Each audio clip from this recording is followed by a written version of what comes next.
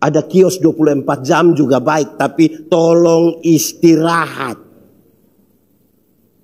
Ini kerja tidak pernah berhenti sampai dengan keluarga tidak. Ibadah jangan tanya lagi, itu jauh itu. Saudara-saudara bisa bayangkan ini. Ini hal serius bagi rumah tangga Kristen. Bahwa ada makanan betul, prosesnya mesti betul. Kalau salah jadi masalah. Ketersediaan makanan. Bersyukur itu apa, pendeta? Bersyukur adalah waktu di mana seluruh pikiran, perasaan, dan hidup hanya tertuju pada Tuhan. Itu namanya bersyukur. Ikut ucap boleh. Bersyukur ialah waktu di mana seluruh pikiran, perasaan, dan hidup hanya tertuju kepada Tuhan. Aku berkata kepadamu, kasihilah musuhmu, berbuatlah baik bagi yang membencimu, mintalah berkat bagi yang mengutuk, berdoa bagi yang mencacimu. Kalau pipi kirimu ditampar, berikan juga pipi kanan. Aku yang memilih kalian. Bapak Ibu Saudara, mari kita berdoa untuk pemberitaan firman Tuhan. Mari berdoa. Ya Tuhan, kami mohon kepadamu, kuatkanlah dan teguhkanlah iman kami, supaya waktu kami belajar firman Tuhan, biarlah ini menjadi waktu paling baik bagi kami. Tuhan, kami berdoa, Tuhan menjauhkan semua penggoda pencobaan, baik di dalam kami, baik di sekitar kami, supaya di dalam damai-Mu kami belajar firman Tuhan. Kami rindu pada firman-Mu. Berfirmanlah bagi kami Tuhan, di dalam nama Yesus, firman yang hidup itu kami berdoa. Amin. Bapak Ibu Saudara-saudara, Shalom. Tema kita hari ini adalah berotoritas dan berdampak ilahi bagi keluarga. Karena itu saya mau ajak kita merenungkan ulang satu bagian ini. Mari kita buka Mazmur 127 ayat 1 sampai ayat yang kelima. Mazmur 127 ayat 1 sampai ayat yang kelima. Berkat Tuhan pangkal selamat. Nyanyian Ziarah Salomo. Jikalau bukan Tuhan yang membangun rumah, sia-sialah usaha orang yang membangunnya. Jikalau bukan Tuhan yang mengawal kota, sia-sialah pengawal berjaga-jaga. Sia-sialah kamu bangun pagi-pagi dan duduk-duduk sampai jauh malam, dan makan roti yang diperoleh dengan susah payah, sebab ia memberikan kepada yang dicintainya pada waktu tidur. Sesungguhnya anak-anak lelaki adalah milik pusaka daripada Tuhan, dan buah kandungan adalah suatu upah. Seperti anak-anak panah di tangan pahlawan, demikianlah anak-anak pada masa muda. Berbahagialah orang yang telah membuat penuh tabung panahnya dengan semuanya itu. Ia tidak akan mendapat malu apabila ia berbicara dengan musuh-musuh di pintu gerbang. Demikian firman Tuhan. Berbahagia setiap orang yang mendengar firman, memelihara dan melakukan dalam hidup setiap hari. Shalom. Memulai khotbah ini saya ingin menyampaikan dua hal. Pertama, kekristenan itu bertingkat-tingkat. Ada 3 tingkatan. Berapa? 3. 1, beragama tapi tidak beriman. Sama-sama 1, 2, 3. Untuk beragama dia sudah beragama. Untuk baptis di sini sudah, di Yordan sudah, di mana-mana sudah. Tapi beriman belum tentu. Kenapa? Berbeda dengan negara luar. Di Indonesia agama diatur dalam struktur berbangsa dan bernegara. Semua orang harus beragama. KTP kan harus tulis agama. Semua menjadi beragama, beriman belum tentu. Kalau sudah beragama tapi tidak beriman, ada harapan untuk ada otoritas Tuhan dalam hidup belum tentu. Contoh, kalau tangan kanan gatal artinya banyak orang percaya kalau tangan gatal itu mau dapat uang. Wah, kalau tangan kanan gatal arti dapat uang, orang Koreng pasti kaya raya itu. Itu bukan tangan kanan saja yang gatal, semua gatal itu. Alkitab kasih tahu, satu-satunya cara untuk dapat berkat adalah kerja. Tidak ada kerja. Amin. Tuhan memberi makan pada burung pipit tapi tidak melemparkan gandum ke sangkarnya. Dia mesti keluar mencari. Ada risiko malah di situ. Saudara percaya kalau berkat itu Tuhan yang atur? Amin. Betul-betul amin. Tapi ada banyak orang punya kios, punya toko, masih pakai kucing yang begini. Tapi di mana-mana bilang berkat itu Tuhan atur. Beragama tapi belum tentu beriman. Itu tingkatan paling bawah. Kedua, bertobat tapi tidak berbuah sama-sama.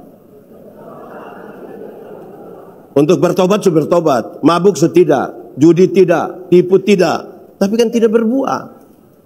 Orang yang bertobat tapi tidak berbuah itu tidak ada masa depan. Dia hanya berbicara tentang masa lalu. Dikasih kesempatan bersaksi, dia bangun waktu tahun 1970. Pindah lagi dia ulang waktu tahun 1970.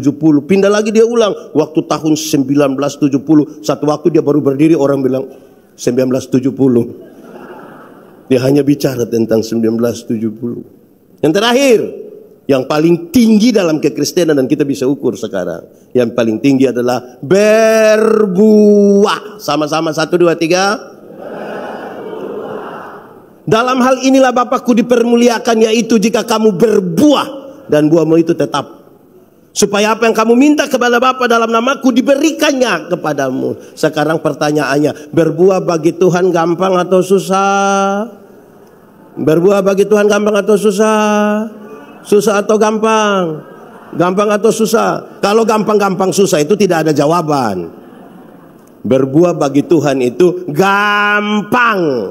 Teorinya adalah ranting yang melekat pada pohon, buah keluar dengan sendirinya tanpa disuruh. Ada banyak orang rindu berbuah tapi tidak melekat pada pohon. Bagaimana buah? Kalau buah ada pasti buah plastik itu. Saudara pernah lihat jeruk plastik? Apel plastik? Enak dia. Oh, tidak makan, tahu bagaimana rasa enak. Nah, anak sekolah minggu saja tahu teori ini. Yesus pokok dan tinggalan. Boleh sambil tepuk tangan. Yesus tinggallah di dalam. Lebih kuat. Yesus dan tinggallah di dalam. Pasti apa? Pastilah kau akan apa? Itu bagian yang pertama yang saya ajak kita untuk paham dulu, kita sebenarnya ada di kelas mana ini. Itu bagian pertama. Sekarang bagian yang kedua. Karena pada akhirnya kita akan ada di dunia dan menyatakan diri kita sebagai anak-anak Allah. Kalau Anda dikenal dunia sebagai milik Tuhan, maka Tuhan harus kelihatan di dalam hidupmu. Amin. Supaya otoritas Tuhan itu menolong kita untuk melakukan apapun selama kita masih ada di dunia. Sekarang saya mulai mengatakan begini, saudara. Sukses itu apa? Sukses itu karena saudara menang. Sukses itu karena saudara kaya. Sukses itu karena saudara sehat. Sukses tidak.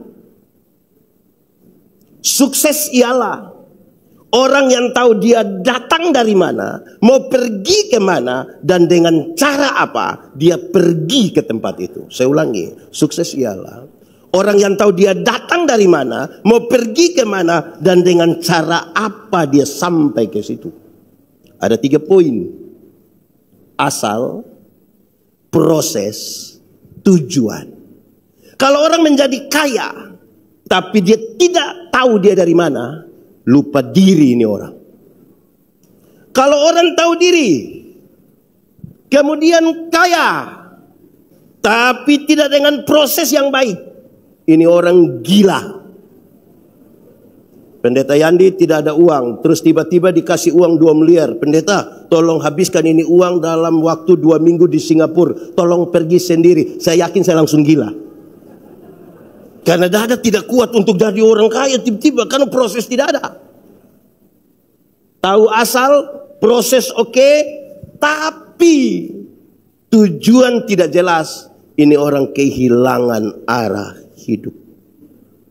Kekayaan dipakai sembarang dan berbagai-bagai hal. Saudara lihat, ada orang bisa kaya, ada orang bisa punya jabatan, tapi belum tentu prosesnya benar. Amin. Sekarang kita mulai proses itu dari rumah. Ini menarik pembacaan ini yang kita baca ulang-ulang. Dari 2 pengantar ini saya mengajak kita merenungkan bagian ini untuk kita lihat di rumah kita bagaimana sekarang. Mazmur 127 adalah bagian Mazmur siara dari orang-orang Israel. Mereka jalan sambil berdiam diri dan merenungkan apakah hal-hal ini ada di dalam hidup mereka, ada di dalam rumah mereka atau tidak. Berdiam diri sambil merenungkan. Satu, mereka harus merenungkan baik-baik. Satu, mereka ada rumah atau tidak. Kok sesederhana itu pendeta? Iya. Bagi orang Israel rumah bukan sekedar rumah. Rumah bukan sekedar tempat tinggal. Tetapi sebuah rumah adalah sesuatu yang luar biasa bagi mereka. Karena cerita dari nenek moyang mereka, mereka berpindah. Tempat tinggal mereka hanya dari satu tenda ke satu tenda, ke satu tenda, ke satu tenda. Bahkan tempat ibadah mereka pun ada di tenda-tenda. Sekarang ada rumah. Kalau kita baca teks ini nyanyian siara Salomo. Salomo kurang uang kah? Di zaman Salomo, perak tidak ada harga. Kalau perak saja tidak ada harga, apalagi besi putih macam begini tidak pakai di zaman Salomo. Emas 24 karat dan pendapatan emas Salomo per tahun yang dibawa oleh saudagar-saudagar di luar persembahan para bupati yang dia dapat adalah 666 talenta. Satu talenta beratnya kira-kira 34 kilogram. 666 kali 34 kilo. Pendapatan emas Salomo per tahun kurang lebih 23 ton.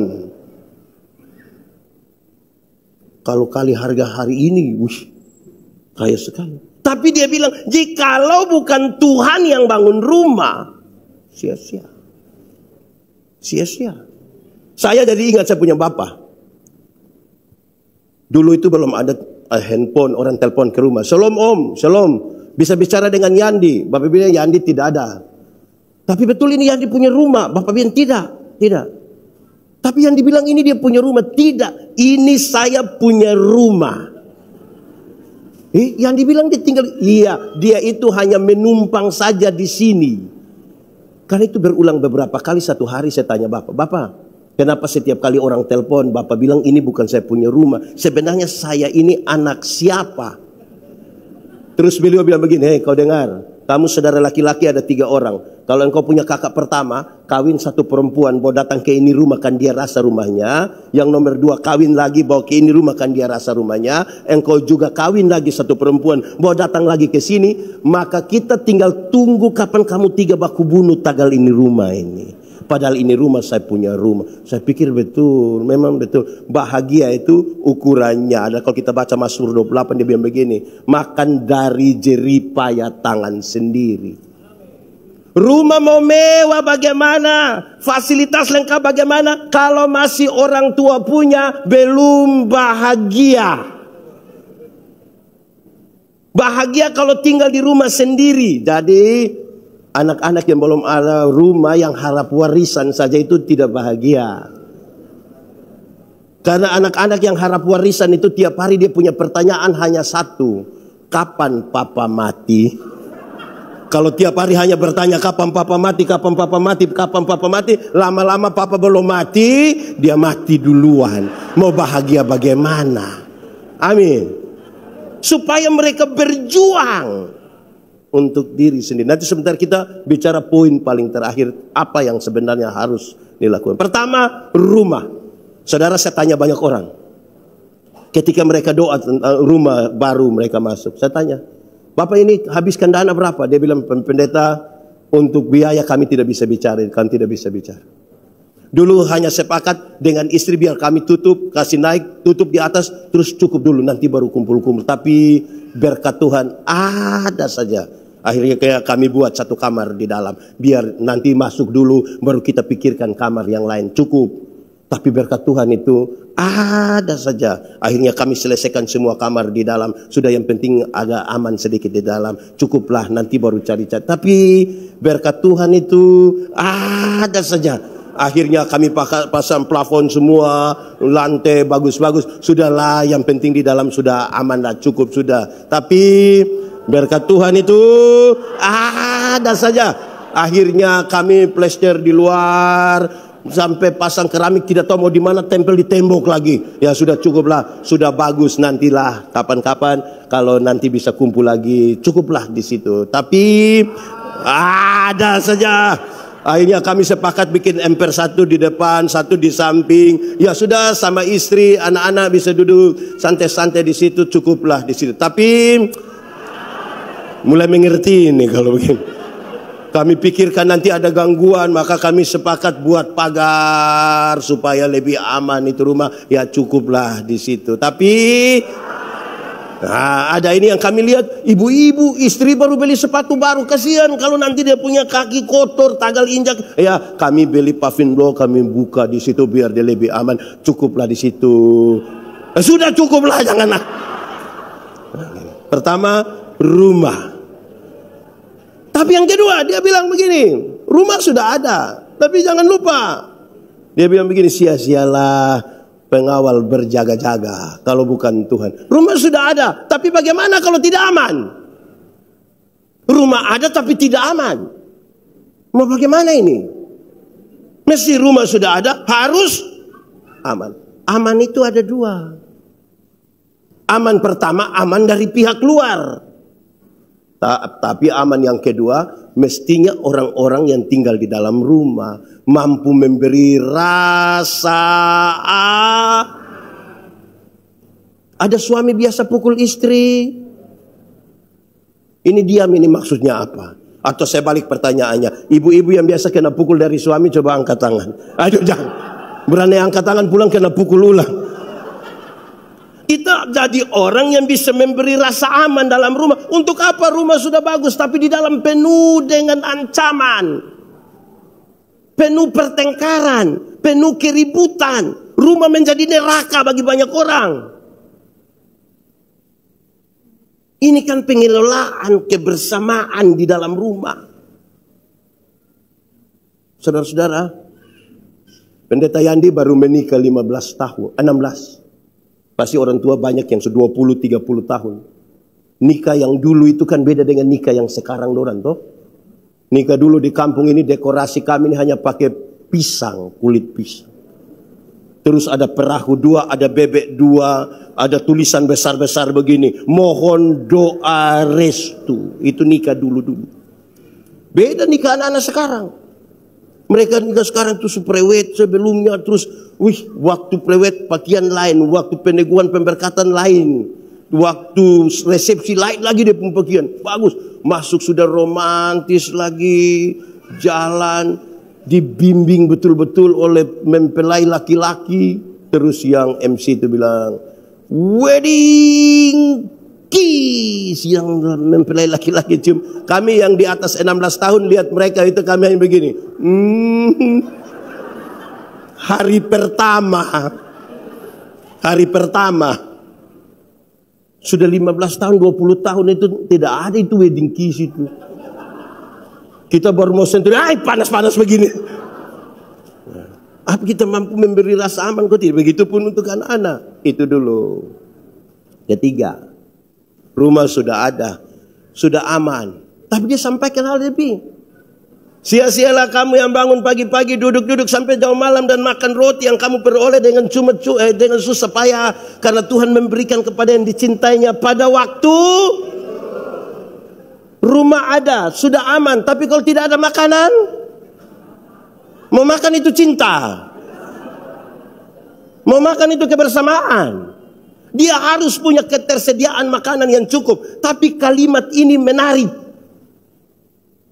Sia-sialah kamu yang bangun pagi-pagi, duduk-duduk sampai jauh malam dan makan roti yang kamu cari dengan susah payah, karena Tuhan berikan pada dicintainya pada waktu. Apa maksudnya?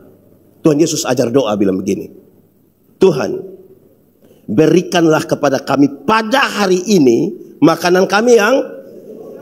Doa yang seperti ini pada awal hari, pertengahan hari, atau akhir hari?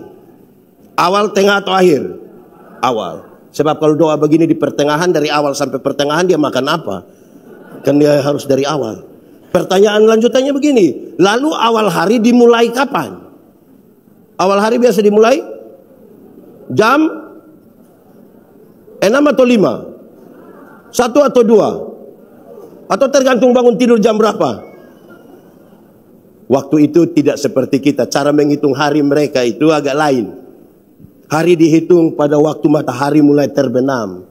Kalimat doa ini kemudian dia bilang begini, Tuhan berikanlah kepada kami makanan kami yang secukupnya, karena habis ini saya mau tidur. Apa maksudnya? Bangsa Israel dalam perjalanan dari Mesir ke Kanaan, mana yang mereka makan dan cuma-cuma, Tuhan mengerjakan pada waktu mereka tidur, dan mereka pungut ketika mereka bangun tidur. Sia-sialah kamu bangun pagi-pagi, duduk sampai jam malam cari makan. Tuhan berikan pada waktu itu. Kenapa? Apa dia punya maksud? Berkat Tuhan itu yang menjadikan kaya. Usaha kita tidak tambah apa-apa. Kenapa? Orang kalau tidak memulai dari berpikir begini, dia tidak akan pernah bersyukur. Kita yang tanam, kita yang siram, Tuhan memberi pertumbuhan. Dia memberi hasil. Kalau orang tidak mulai dari berpikir begini, saudara, apa yang terjadi? Dia menjadi budak dari pekerjaan. Dia akan meninggalkan rumah, dia akan meninggalkan keluarga. Alasannya, kan saya cari makan buat semua. Dia tahu menjadi kaya, tapi mungkin tidak tahu menjadi bahagia. Dia tahu mengumpulkan uang yang banyak, tapi dia tidak tahu cara menikmatinya. Tidak pernah bersyukur. Tidak pernah mengakui bahwa berkat-berkat yang dia dapat itu datangnya dari Tuhan. Tidak pernah akui.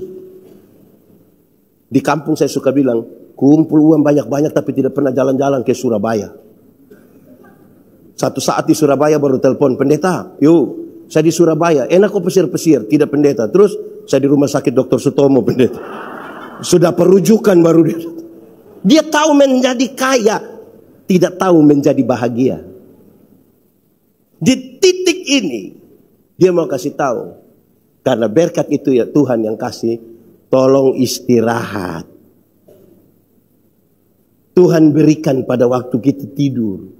Ada kios 24 jam juga baik, tapi tolong istirahat. Ini kerja tidak pernah berhenti sampai dengan keluarga tidak. Ibadah jangan tanya lagi, itu jauh itu. Saudara-saudara bisa bayangkan ini. Ini hal serius bagi rumah tangga Kristen. Bahwa ada makanan betul, prosesnya mesti betul. Kalau salah jadi masalah. Ketersediaan makanan. Bersyukur itu apa, pendeta? Bersyukur adalah waktu di mana seluruh pikiran, perasaan, dan hidup hanya tertuju pada Tuhan. Itu namanya bersyukur. Ikut ucap boleh. Bersyukur ialah waktu di mana seluruh pikiran, perasaan, dan hidup hanya tertuju kepada Tuhan. Banyak orang tidak tahu bersyukur. Orang kalau tidak tahu bersyukur itu pasti hanya mengeluh. Ketemu pendeta hanya patah di leher berbilang, Bapak hidup terlalu susah. Kau mati sudah kalau memang sudah terlalu susah. Pikiran, perasaan, hidup tertuju pada Tuhan. Oleh karena pernyataan ini maka orang bisa bersyukur pada waktu berkelimpahan, pada waktu berkekurangan, pada waktu sehat, pada waktu sukses, pada waktu baru lengkaplah firman Tuhan. Mengucap syukurlah dalam segala hal. Orang kalau tidak tahu mengucap syukur, tidak bisa menikmati hidup. Jalan kaki dia berdoa, Tuhan tolong kasih sepeda 1. Tuhan kasih sepeda 1, naik 2-3 bulan dia berdoa, Tuhan naik sepeda memang enak, tapi tanjakan di sana itu susah itu.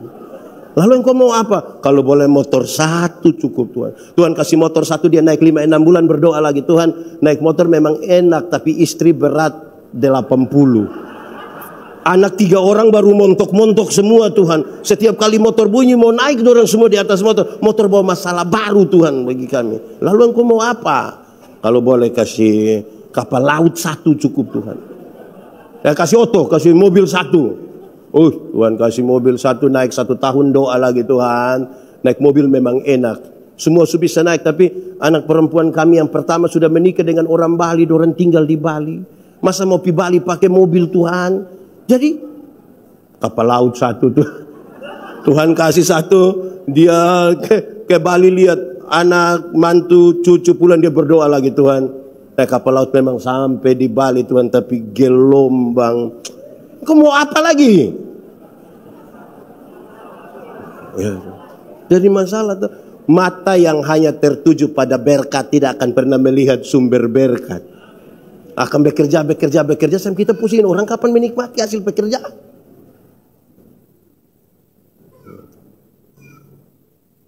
Tuhan menjadi yang utama. Sudah, setiga ini. Rumah, aman, ketersediaan makanan.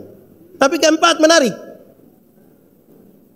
Buah kandungan adalah upah. Bagi bangsa itu, berbeda dengan kita hari ini. Dulu kalau orang tidak ada anak itu dianggap aib. Memalukan. Sehingga kalau memang sudah dikasih anak ini, aduh betul-betul ini sesuatu yang penting bagi mereka. Bagus ini. Tapi sekarang saudara lihat, rumah sudah ada, keamanan sudah ada, ketersediaan makanan di rumah sudah ada. Lalu anak-anak, beberapa orang tanya saya, pendeta, anak-anak ini kami marah, sudah pukul, sudah ajar, sudah semua, sudah, tapi nakal sekali, tidak tahu ikut siapa. Saya bilang mau ikut siapa? Kalau bukan ikut dia punya mama, ikut dia punya bapak, masih ikut saya, kan tidak mungkin.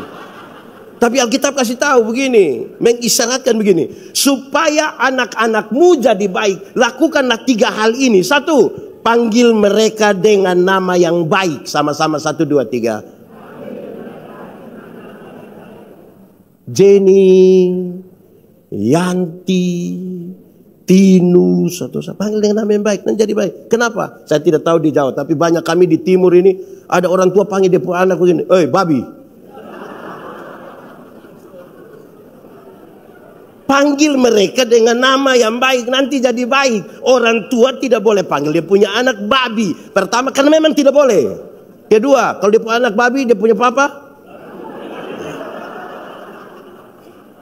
Panggil mereka dengan nama. Kedua, berikan kepada mereka makanan yang baik. Sama-sama, 1, 2, 3. Makanan yang baik bukan soal 4 sehat 5 sempurna. Makanan yang baik bukan soal nasi basi atau tidak.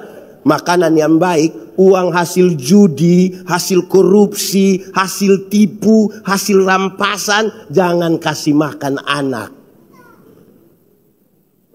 Tidak sehat dia itu. Cukupkan dirimu dengan apa yang ada padamu, berbahagialah engkau dan baiklah keadaanmu. Jadi yang suka tipu-tipu jangan bawa pulang itu. Tidak usah tipu, tidak usah bawa makan. Makan dari yang seharusnya. Jangan. Ketiga, berikan kepada mereka ajaran yang benar. 1, 2, 3. Anak-anak ini pelajar cepat. Hanya mengulang apa yang mereka lihat, apa yang mereka dengar. Mama tukang maki, anak pasti maki. Papa mabuk, anak mabuk. Papa judi, anak judi. Udah hanya ulang. Apa yang mereka lihat, apa yang mereka dengar. Kalau begitu, ajak istri, ajak anak ibadah. Supaya mereka lihat, yo betul orang tua ibadah itu. Satu waktu saya dengan kaum bapak di gereja tempat saya layani sebelum saya pindah ke kantor sinode. Kami melayani satu pulau bagian selatan Indonesia di Rote. Habis kami diskusi. Salah satu pertanyaan penting dalam diskusi kaum bapak itu adalah begini. Kenapa banyak bapak ini malas gereja? Malas ibadah? Biasa dalam ibadah-ibadah itu ibu-ibu lebih banyak dari bapak-bapak. Terus dia bilang begini. Hampir sepakatlah bahwa ada satu kata yang buat kami ini sangat susah untuk ada di ibadah-ibadah. Yaitu sibuk. Sekarang ini kalau sibuk itu macam berharga sekali. Bapak, ibadah, wih tidak bisa. Kenapa? Saya sibuk. Itu ekspresif sekali, merasa berarti. Saya sibuk. Saudara, semua hampir sepakat sibuk. Pas kami mau tutup itu diskusi, ada satu orang yang Pak Pendeta, saya minta bicara sedikit. Boleh, silahkan. Dia bilang begini. Pak Pendeta minta maaf, teman-teman semua minta maaf. Untuk sibuk saya juga sibuk.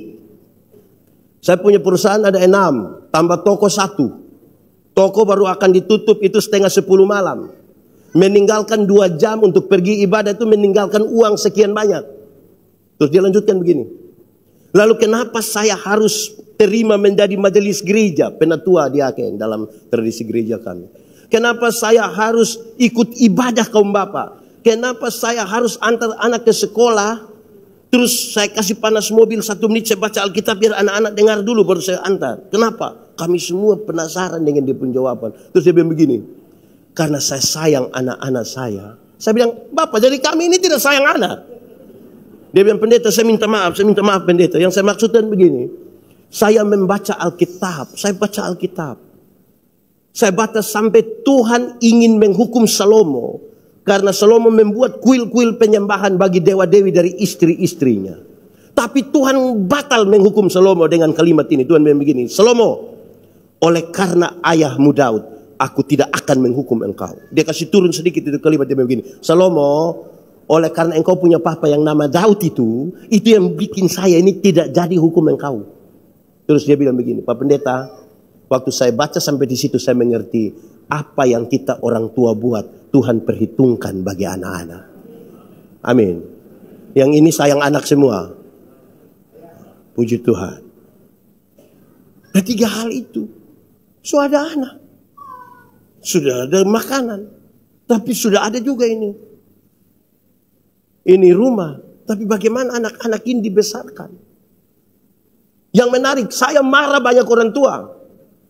Orang tua ini senang sekali kalau anak-anak mereka itu les bahasa Inggris, Mandarin, balet, mantap. Tapi tidak paksa anak mereka ikut sekolah minggu. Kalau anak mau les bahasa Inggris, Mandarin, ayo deh, ayo nak, nanti papa kasih, ayo.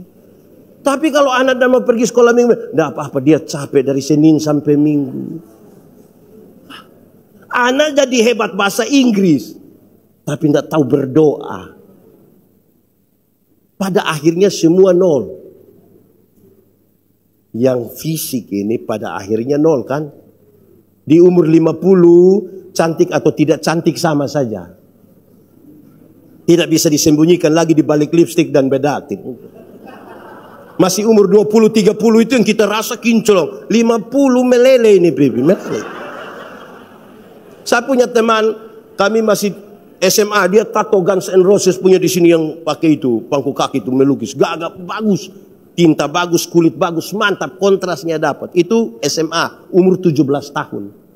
Waktu dia umur 43, belum 50, baru 43 dia sakit. Saya lihat dia ini, saya sedih.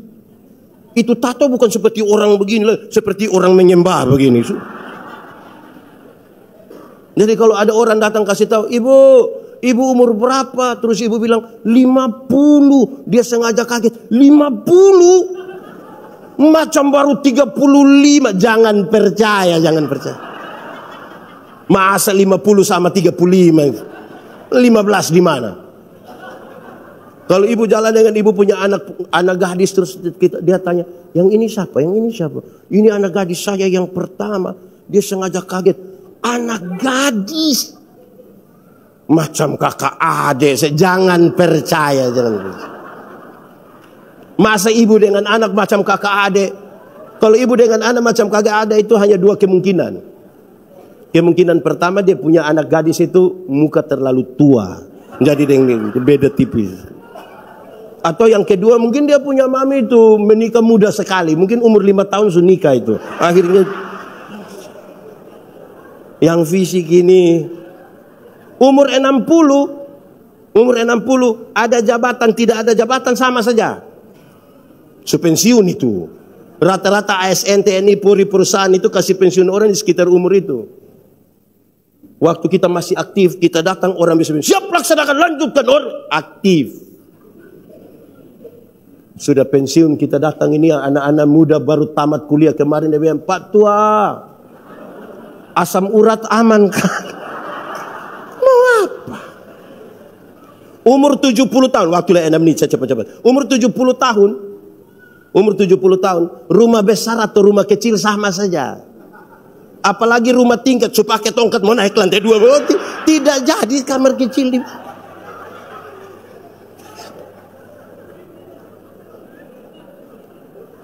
Umur 80 tahun kalau Tuhan izinkan umur panjang, bahkan kaya atau miskin pun sama saja.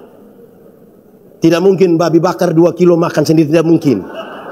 Kolesterol, asam urat, diabetes, darah tinggi, gigi tidak ada.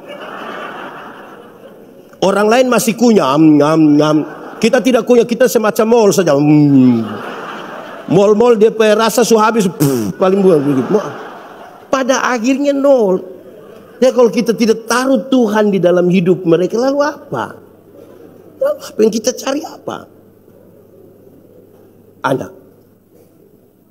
Tapi yang terakhir, jadi rumah sudah ada, keamanan sudah mantap, bahan makanan sudah tersedia, anak sudah ada di dalam. Sekarang yang terakhir, supaya ketika dia berbicara di hadapan umum, di pintu gerbang dengan para musuh, dia tidak mendapat malu. Apa maksudnya? Dulu itu kan pengadilan tidak terjadi di kantor pengadilan atau di mana. Pengadilannya terjadi di gerbang-gerbang kota. Bayangkan kalau rumah bagus, keamanan mantap, makanan ada, anak ada, tapi bikin malu orang tua. Bikin malu orang tua. Orang tua mana mau anak mempermalukan dia? Karena itu anak-anak panah ini harus dibentuk dengan baik, diarahkan dengan baik, dan itu tanggung jawab kita. Saya ingin menyimpulkan semuanya 5 hal ini. 5 hal ini harus dibangun di atas satu kata ini, kerjasama, sama-sama. Kerjasama antara kita dan Tuhan. Antara siapa? Ada bagian yang perlu kita kerjakan, ada bagian yang perlu Tuhan kerjakan. Mati hidup Tuhan yang atur, amin. Itu soal iman. Yang iman kasih tahu otak. Yo, kau tahu tidak tahu kenapa. Mati hidup Tuhan yang atur. Jadi otak tolong kasih tahu kaki, supaya kalau ada trek lari kencang di depan itu, kaki jangan lompat ke tengah jalan. Ada masa depan dalam tangan Tuhan, amin. Tuhan menyiapkan masa depan bagi anak-anakmu, amin. Betul. Tapi bukan Tuhan yang antar ini anak ke sekolah. Siapa yang antar? Orang tua. Atau siapa di Surabaya yang karena terlalu sibuk pagi-pagi dia berdoa, Tuhan, saya sibuk jadi Tuhan tolong jemput anak-anak. Tuhan yang jemput pulang menangis. Bagian kita maksimalkan. Amin. Saudara, kalau begitu saya ingin mengatakan ini. Lakukan bagian kita. Tidak usah berharap pada mujizat. Tidak usah. Mujizat itu bagian Tuhan. Bagian kita laksanakan yang perlu kita laksanakan. Nanti Tuhan mengerjakan bagiannya. Orang yang berharap pada mujizat selalu hanya akan berdiam diri. Ini iblis bilang begini, kalau benar engkau Allah, rubah batu ini jadi roti supaya engkau makan. Waktu itu Tuhan Yesus lagi lapar. Tuhan rubah atau tidak? Tapi dia bisa rubah atau tidak? Lalu kenapa dia tidak rubah? Pertama, dia tidak mau ikut perintah iblis. Tapi yang kedua, masa mau makan roti saja pakai mujizat? Kalau bikin roti pakai mujizat tiap hari di toko bakery itu mujizat terus itu. Mujizat roti manis lah, mujizat roti tawar lah. Yang bagian kita maksimalkan. Saya mau tanya kita dulu. Ora et labora, apa artinya? Itu nilainya hanya 75 itu. Yang 100 itu, ora et labora artinya berdoa dan bekerja keras.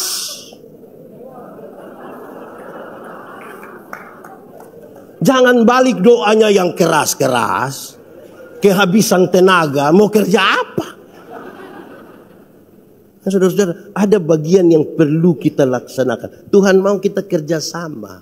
Kerjasama supaya kamu menikmati. Saksi itu apa? Saksi itu orang melihat, mengalami, merasakan, terus mengatakan kepada orang lain. Di situ baru dia tahu hidup kita ini apa. Paling terakhir, 1 menit. Tuhan menciptakan manusia. Punya tubuh yang hidup, jiwa yang hidup, roh yang hidup. Gambar dan rupa Allah ada pada manusia. Gambar itu apa? Hakikat Tuhan Allah yang kekal dan kudus diberikan kepada manusia. Setelah jadi ciptaan yang sangat bagus, tidak dibatasi oleh ruang dan waktu. Tuhan bilang begini, manusia, dunia ini kuberikan kepadamu. Dunia mau baik tergantung manusia, dunia mau rusak pun tergantung manusia. Karena otoritas besar itu Tuhan kasih pada kita. Tambah satu kalimat. Bahkan setan-setan pun harus tunduk kepada manusia. Sama-sama 1, 2, 3. Bahkan setan-setan pun harus. Pertanyaan sekarang jadi gampang, tolong jawab kuat-kuat. Kita takut setan atau setan takut kita? Kita takut setan atau setan takut kita? Yakin? Amin. Awas dia dengar. Kerinduan kita, setan takut kita. Kenyataan membuktikan kita takut setan. Kenapa kita takut setan? Jawabannya, pengertian dosa yang buat kita takut setan itu hanya satu kata, D-O-S-A. Dibaca? Pengertian dosa di Taman Eden itu gampang saja. Dosa ialah usaha manusia melangkah melewati batas. Semua tanaman ini boleh, itu jangan. Melangkah lewat batas, yang bilang jangan itu jadi dosa. Akhirnya yang harusnya setan takut kita yang takut kembali dia. Makanya lihat pohon goyang sedikit, itu Pak, itu. Sakit sedikit pasti orang lain yang bikin. Orang sekarang bikin juga lihat orang lah.